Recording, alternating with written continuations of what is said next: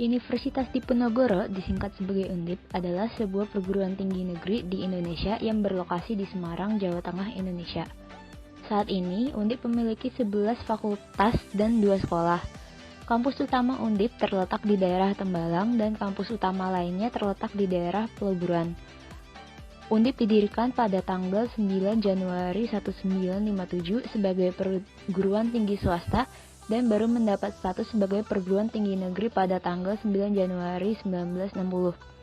Kata Diponegoro diambil dari nama pahlawan nasional, yaitu Pangeran Diponegoro, yang merupakan seorang pangeran pengobar semangat kemerdekaan dari tingkat kolonialisme Belanda di tahun awal abad 18. Semangat ini turut menginspirasi pendirian Undip. Berdasarkan peraturan pemerintah nomor 52 tahun 2015, Undip ditetapkan statusnya sebagai perguruan tinggi negeri badan hukum. Sebagai salah satu perguruan tinggi negeri, Undip juga mempunyai pengabdian kepada masyarakat yang berubah KKN. KKN adalah bentuk kegiatan pengabdian kepada masyarakat oleh mahasiswa dengan pendekatan lintas keilmuan dan sektoral pada waktu dan daerah tertentu di Indonesia. Pelaksanaan kegiatan KKN biasanya berlangsung antara 1-2 bulan dan bertempat di daerah setingkat desa. Karena COVID-19 yang semakin tinggi di tahun ini, yaitu di tahun 2021, maka KKN kali ini akan dilakukan secara online atau secara daring. Sebelum dimulainya KKN, survei lokasi merupakan sesuatu yang wajib dilakukan. Survei lokasi dilakukan guna untuk mengetahui masalah apa yang sedang ada di wilayah tersebut.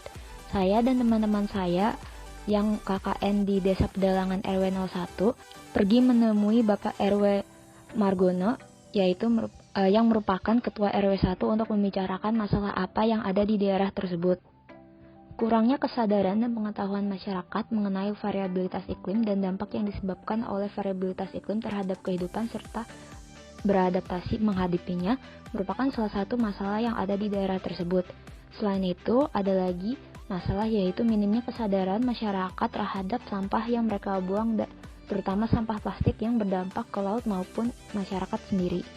Di KKN kali ini salah satu temanya adalah SDGs, di mana mahasiswa dianjurkan untuk menyalurkan ilmu yang didapat demi mencapai poin-poin SDGs. Variabilitas iklim seperti ENSO, IOD maupun monsun merupakan hal yang tidak bisa dihindari. Hal ini berkaitan dengan SDGs poin 13 yaitu climate action, di mana perubahan iklim kian menjadi dan dampaknya semakin terasa sehingga diperlukan penyesuaian akan bagaimana masyarakat menanggapi dan beradaptasi dengan perubahan iklim tersebut. Dampak dari variabilitas iklim tersebut dapat dilihat dari terjadinya hujan deras, kekeringan, atau kondisi normal. Salah satu contoh dan dampak variabilitas iklim adalah banjir Semarang bulan Februari tahun 2021. Menurut BMKG 2021, penyebab banjir tersebut disebabkan 2 faktor, yaitu berdasarkan perakiraan musim dari klimatologi pada bulan Februari 2021 berada pada periode puncak musim hujan untuk wilayah Pulau Jawa dengan aktifnya monsun Asia dan adanya kondisi La Nina dengan level yang masih moderat di Pasifik Ekuator yang dapat mempengaruhi peningkatan hujan di beberapa wilayah Indonesia. Selain itu, bertambahnya sampah di laut setiap tahunnya memicu banyak masalah. Hal ini harus ditindaklanjuti sesuai dengan SDGs poin 14, yaitu Life Below Water, yang memiliki misi untuk melestarikan dan menggunakan samudera, laut, dan sumber daya kelautan untuk pembangunan berkelanjutan. Menurut Kasubdit Restorasi Direktorat Pendayagunaan Pesisir dan Pulau-Pulau Kecil 2020, saat ini Indonesia tercatat sebagai penghasil sampah laut terbesar nomor 2 di dunia, yakni sebanyak 1,3 juta ton sampah plastik di laut. Pencemaran laut berdampak pada kandungan mikroplastik dalam ikan-ikan di Indonesia. Bila terus dibiarkan dan tidak ada gerakan masif untuk mengatasinya, maka ikan yang mengandung mikroplastik akan semakin banyak di wilayah perairan Indonesia. Selain merusak biota laut, sampah dapat berdampak kepada kesehatan masyarakat. Kedua masalah ini merupakan isu yang saya coba untuk atasi dalam KKN kali ini. Kelurahan Pedalangan, Kecamatan Banyumanik merupakan salah satu wilayah di Kota Semarang yang perkembangannya terjadi sangat cepat. Kelurahan Pedalangan terkena dampak dari adanya kawasan pendidikan di Kelurahan Tembalang. banyak terjadi perubahan lahan dilihat dari adanya pembangunan perumahan baru dan pertumbuhan penduduk.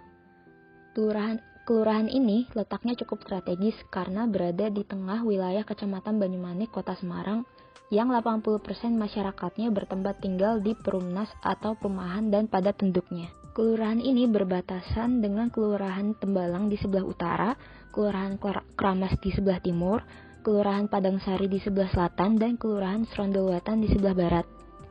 Kelurahan ini terdiri dari 11 RW dan juga 69 RT. Jumlah warga di Kelurahan Pedalangan sekitar 12.821 orang dibagi dari 6.423 laki-laki dan 6.398 penduduk perempuan. Kelurahan ini memiliki 2 TK, 4 SD, 3 perguruan tinggi, 1 SMP, dan 1 SMA. Kelurahan Pedalangan mempunyai sarana kesehatan yang baik dengan jumlah dokter praktek 6, balai pengobatan klinik 3, bidan praktek 1, posyandu balita 8, dan posyandu lansia 5. Selain itu juga terdapat tempat ibadah, yaitu dengan 15 masjid, 11 musola, dan 3 gereja. Mata pencaharian penduduk Pedalangan juga bermacam-macam. Terdapat 5 petani sendiri, 360 pengusaha, 997 buruh industri, 945 buruh bangunan, 1.275 pedagang, 689 pengangkutan, 1.145 PNS, 404 pensiunan, dan pekerjaan lain-lain yang berjumlah 2.576. Dengan begitu, KKN kali ini saya berharap untuk dapat memberikan pengetahuan kepada masyarakat, terutama masyarakat RW 1 Pedalangan mengenai variabilitas iklim serta dampak dari variabilitas iklim serta meningkatkan kesadaran akan dampak sampah, terutama dampak sampah plastik yang mereka buang terhadap kehidupan laut maupun masyarakat. Untuk mencapai hasil tersebut, saya berencana untuk melakukan sosialisasi tentang kedua topik tersebut, yaitu tentang topik iklim atau variabilitas iklim dan tentang topik dampak sampah plastik kepada laut dan masyarakat itu sendiri. Sosialisasi akan dilakukan daring, yaitu dengan software atau perangkat Zoom untuk memutus rantai COVID-19 yang sekarang sedang marak terjadi di daerah Pedalangan sendiri. Selain itu, akan disebar beberapa poster yang nantinya akan ditempel di beberapa lokasi strategis tentang infografis variabilitas iklim serta bahaya sampah bagi kehidupan laut, lingkungan, maupun masyarakat.